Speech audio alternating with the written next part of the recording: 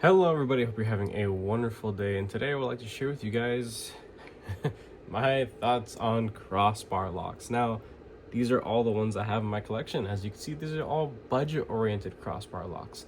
Now, that doesn't mean I haven't experienced US production or higher-end overseas production crossbar locks. I just don't own them anymore. And it's mainly because I tend to teeter-totter whether I love them or I hate them. I'm kind of in between. Many of you know that they can break because of the general shape of the Omega spring. It's one of the weakest points. The spring itself is the weakest point of any crossbar lock. Does not matter if it's US production or overseas. All crossbar lock knives have the same fault. The spring design, it's not good.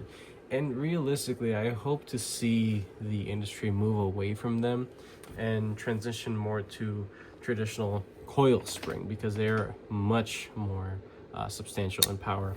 Now, out of all of the ones that are here, they're all working fine except for this one, and I will show you in just a sec. But I want to show you this as I close each and every one of them. Just hear it.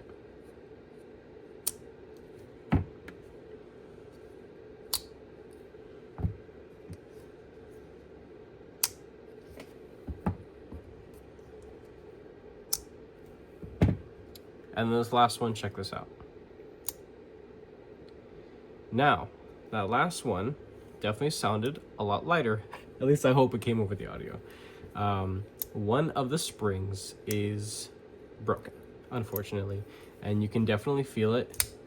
On deployment, can't really tell. On the close, you can't really tell until you look down here and you can see that by the force bringing the blade back down to the handle, there's not enough tension to keep it fully, nestled in there. And it kind of hangs out like that. Let's check that out again. This particular one's running on washers, so the pivot's a little stiff. This is the Kubi Hound for anybody that's interested. And this is not in any way, shape, or form a diss on Kubi's production capabilities or Mac's design aesthetic. It has nothing to do with that. It could have broken on any one of my other crossbar locking knives. But I know there are people out there that love them and will say, I have been running the same knife with the same Omega springs for the last, 82 years. I took it to World War II with me. That's great. You just got really, really lucky. It does not mean that it's a good quality product that you've been carrying. All it means is you just didn't deploy it as much as I did, or you just got really lucky, or a combination of the two. But me in particular, I have broken many, many Omega springs, and mainly on US production knives, which is a little embarrassing to say. But I'm gonna go ahead, tear this guy apart. Things that you're going to need for a project like this or stuff like that. Basic maintenance kit. You're going to need a Weeha set. All my other larger drivers are in a bag stowed away, elsewhere, kind of out of reach. But I have this here. This is like a micro Weeha bit set. It has all T8s over here and flats and Phillips on this side, and also a little extender, and then this, I don't even know what the hell that thing's for. It's rusted, even though I've never touched it, which is, it's not great for quality, but at least I know that I'm going to need a T8. You can see this is the one that's the most corroded for oxidation and rust and whatever. That one's a T8. And then a T6 right here. Yep, that's a T6. All the other ones never get used. All right, you're also going to need some sort of pivot lubrication. This is all that I have at the moment. This is the fluoride grease that's supplied anytime you purchase anything from Chris Reeve Knives. This stuff I don't really care for, but it works enough. I typically go for something like KPL, not sponsored or affiliated, but it's just the product that I use. And then some aftermarket Omega springs. These are from two different vendors on Amazon. One of them is discontinued. I'm not too sure why. They made a great product, and while they were still running, sales and selling bundles of these, I bought a crap ton of them, and I've since gone through many of them. As anytime I sell a crossbar locking knife, whether it came with extra Omega springs or not, if I sell something, let's say I sell my CGRB Prado, This, I don't believe, came with Omega springs, but because I'm such a great guy, when I go to sell this knife, I would end up including this as a freebie at no extra charge to somebody who's buying it from me from Blade Binge. So we're gonna go ahead and take out these guys right here. You can check them out. I will do my best to link down some good ones on Amazon. Like I said, I've only purchased from 2 vendors. One of them is discontinued and the other one was low stock last time I checked, but these are standard size Omega springs. They can be stretched a little bit, but just be careful with that. You know, don't go too crazy. A little bit goes a long way with these. You don't want to overdo it. And now we're gonna start busting this thing apart. Alrighty, so I've gone ahead and taken off this top scale, and you could see where the snap happened, right there. That, my friends, is a busted Omega spring, and as you could see, it isn't even on the tightest tension setting.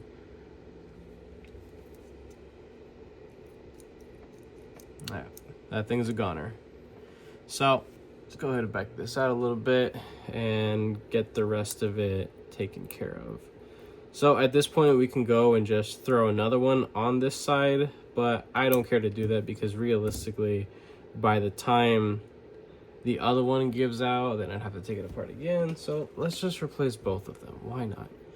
Now this design, I don't believe the actual studs come apart, so you need to do kind of like how you do with the Benchmade and stick something within the pivot to take off the other side. This other side does have some T8 body screws holding things down.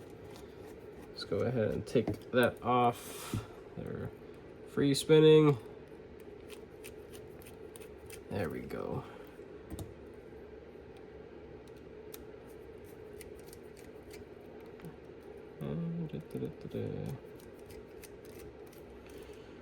Okay. Well, there goes the blade and my pinky. That's cool. Okay. So we got all this junk taken care of, and as you can see, this is on the other side. This one seems to still have, you know, a good bit of spring to it, but I mean, it looks like it has, you know, an oxide layer on it, and it's just not in the best condition. These were from the factory, and let's see. Yeah, this would probably just break if... Oh, no, this thing had a good bit of strength left in it. Wow. Look at that. So this one took significantly more force to break. Realistically, this probably would have taken forever to break. But it doesn't matter because I just broke it. All right, let's get this bar out of there, see what's going on in the pivot. This knife does run on washers from the factory. It's not something that is commonly seen at this price point. I personally love washer action on really well-made knives, and I've even been venturing in putting washers, skiff washers, in the knives of, you know, budget-oriented models as well. If you're interested in that kind of stuff, you can use my discount code at Skiff Bladeworks, Knifeworks, Workshop, whatever it's called. 10% off JTT10. You can use it at checkout. They also have cleaning and maintenance supplies, which at this point in time I probably should place an order because they have like these cool like fine tipped Q-tips that you could use. They also have KPL products as well, and I believe the code works for that kind of supplies as well. So I mean, now that the whole knife is completely taken apart, we can go ahead and just look at how this knife has broken in since getting it. As you can see, there is a black PVD stonewash coating on the blade, and you can see where majority of the wear is at. That is an indication that the knife isn't running so perfectly, you know, symmetrical on either side. The wear marks are pretty close to the same space, but one looks a little bit more heavily worn than the other. It's kind of to be expected at this price point. I'm not expecting, you know, laser you know, wizard levels of machinist perfection here, and realistically you can't have those standards when looking at, you know, a budget-oriented Chinese produced knife. So I typically would go and have my strop and then scrub these things down, but there's no need to because they actually look pretty shiny for, you know, for what they are. Very reflective. They have like a little bit of oxide on the surface, but I'm not too worried about it.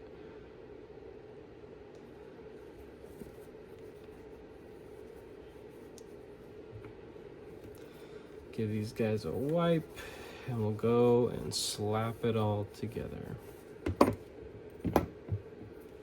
Nice steel liners, a nice thick black coating on them. And I think I previously put that fluoride grease on this model. Yeah, you could even see the wear spots on the steel liners themselves. One is a lot higher than the other, so that just goes to show you, I mean, these things aren't perfectly machined. And I had this thing dialed in pretty nicely. There was minimal side to side and still very fidget friendly. Okay, where do we start? Let's see. We got our juice right here. Let's get this thing out.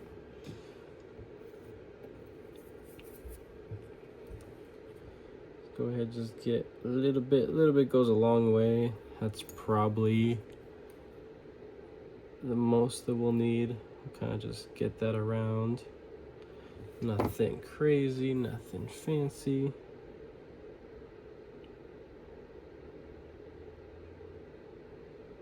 Just a little something. Slap these on there. They'll slide around a little bit. It's not the end of the world.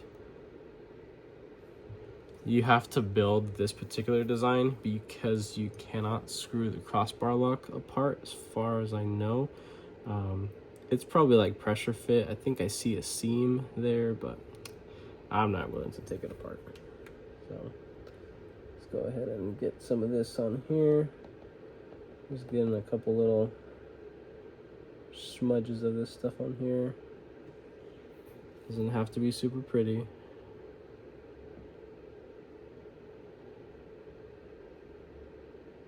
Put a little bit more on that. And then on the blade, maybe that's a little excessive, but it's all right.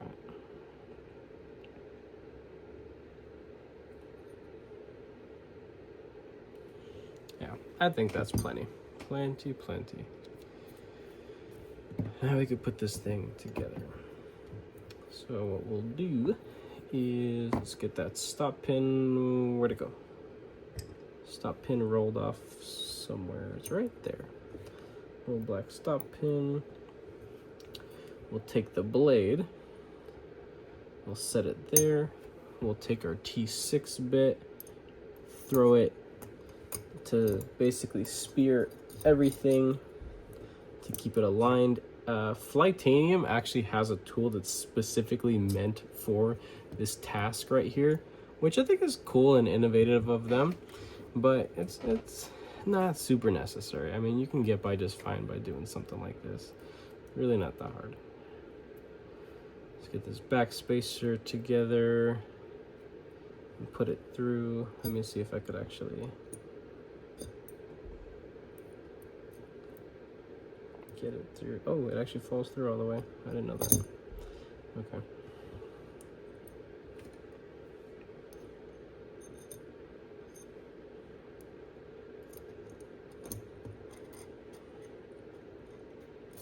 Come on.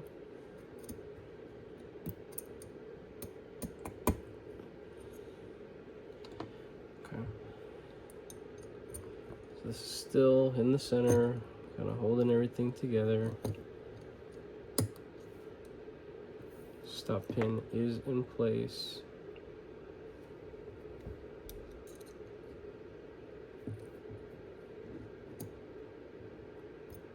Okay.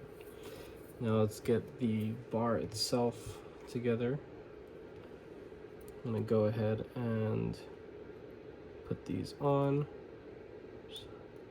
a little hook shape on either side, left and right.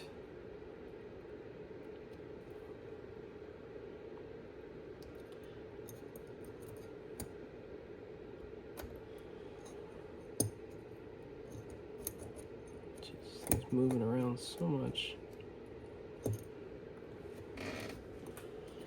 Let's see if I can pick this damn thing up. Stay, damn it. Okay, we'll rest it like that. And then what we'll do is we'll take this and kind of just loop it around in here, and then the backspacer fell out. Awesome. Crossbar locking knives are the most difficult ones to maintain and tinker around with, especially if they have really tight tolerances, because things just have to line up damn near perfectly for it to work, but I'm not super worried about it. So we got that one side on. Pivot holder just fell out. Go ahead, put that there. Put this thing back to the pivot just to hold everything from falling out. And then we'll go take this, put it right there in that hole, and we can start putting the scales on.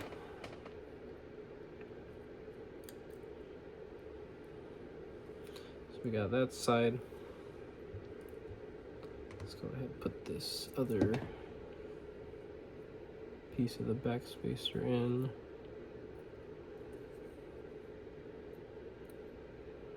Really wish those things were D-shaped or at least lipped or something, but it's not a big deal.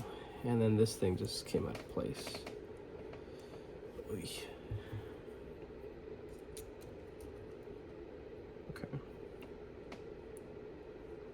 So because the tension is now active, it kind of holds it in place, so I can, you know, manipulate the rest of this around. Go ahead and put the other side scale on. Let's throw down some of them body screws.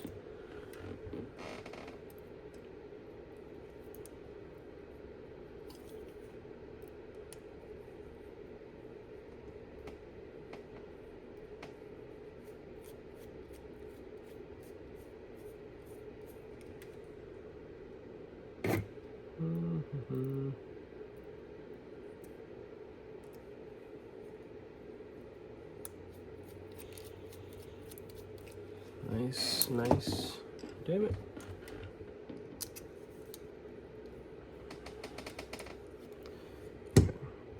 Last two body screws, and then we'll work on the pivot.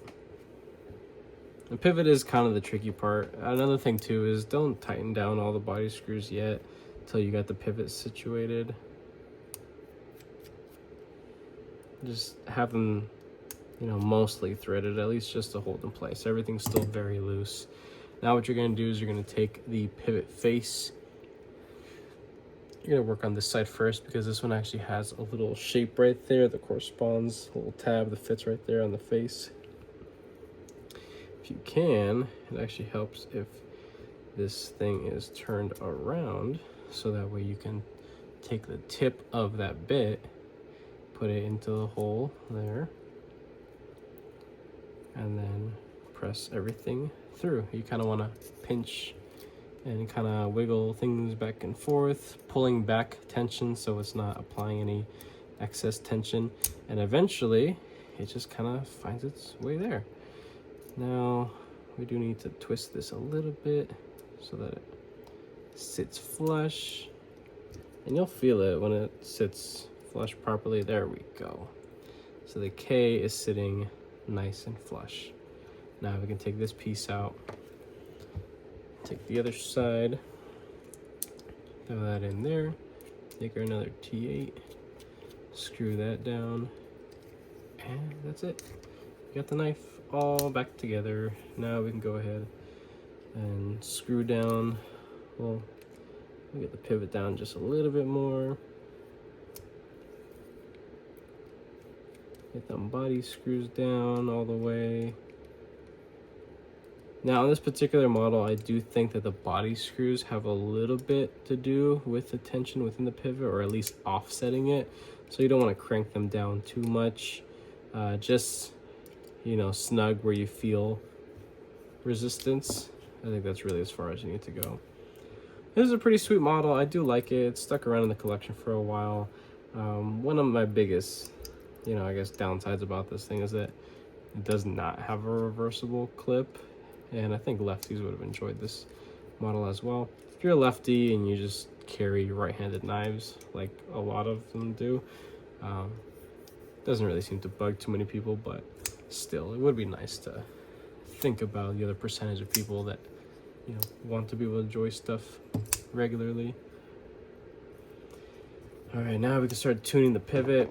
It's kind of having a break-in all over again almost.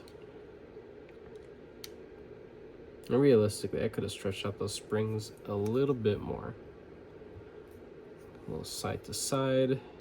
It's gonna be a second before this thing is flickable again. Yeah, really tight on the pivot. I gotta use wrist to get that thing out. But that's it. I mean, minimal side to side, almost back to the amount of side to side play that there was when I had it originally before I took it apart, and now it's just going to have to break in all over again. But that is how you replace Omega springs on a, you know, design that's done and executed like this. So Omega springs are cool. I like them. They do have a place within, you know, the industry. I just think that the quality of Omega springs should definitely be something that companies should pay a little bit more attention to. Like, the absolute best Omega spring knives I have ever, even the expensive ones that I've checked out. I've had 2 RSKs, like the Doug Ritter G2 or whatever. Those are the ones that are produced by Hogue. Yeah, I busted plenty of Omega springs on those because they are laughably thin. This Chinese little $30, $35 knife right here has better Omega springs than that. The Omega springs that are in this model are just incredible. This is a Free Tiger model FT2103. This is a size comparison size knife, and it's only earned that spot just because of how well this thing is executed for the price. Then if you guys are frequent viewers or at least long-time viewers of the channel, you know that this is the C&B Main Knives Predator, also a size comparison size knife. It has just huge, just real beefy Omega springs.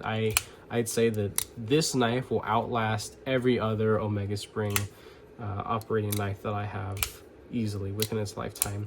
The downside is that even for you know, this price and how affordable it is, it would be nice if the vendor C&B Main Knives had Omega springs you could buy just in case, but they don't. That is really it. So Omega spring knives are cool, like I said, but they can fail. They're not perfect. I like them enough to, you know, own a handful of them, but yeah, they're definitely not perfect. But hopefully this video helped you guys, or at least someone out there, how to change them or do some basic maintenance. It's pretty simple once you get the general idea, having to hold down pieces and before you can start screwing things together, and you got to put something through the hole so the blade doesn't flop around, and then you're dealing with the live blade flopping around, and you're paying attention to trying to, you know, string the you know, the actual crossbar lock through there and have it all line up perfectly. It's just, it can be kind of messy, a little dangerous. Really the only type of locking mechanism that requires this many brain cells. That's really just the main downside right there, but that is it. If you guys like this video, go ahead and leave a like down below. If you are subscribed, thank you so much. I appreciate all your support and your patience, of course. If you are not subscribed, please consider subscribing, because I put more videos and content coming you guys' way. With that being said, I hope you have a wonderful rest of your day.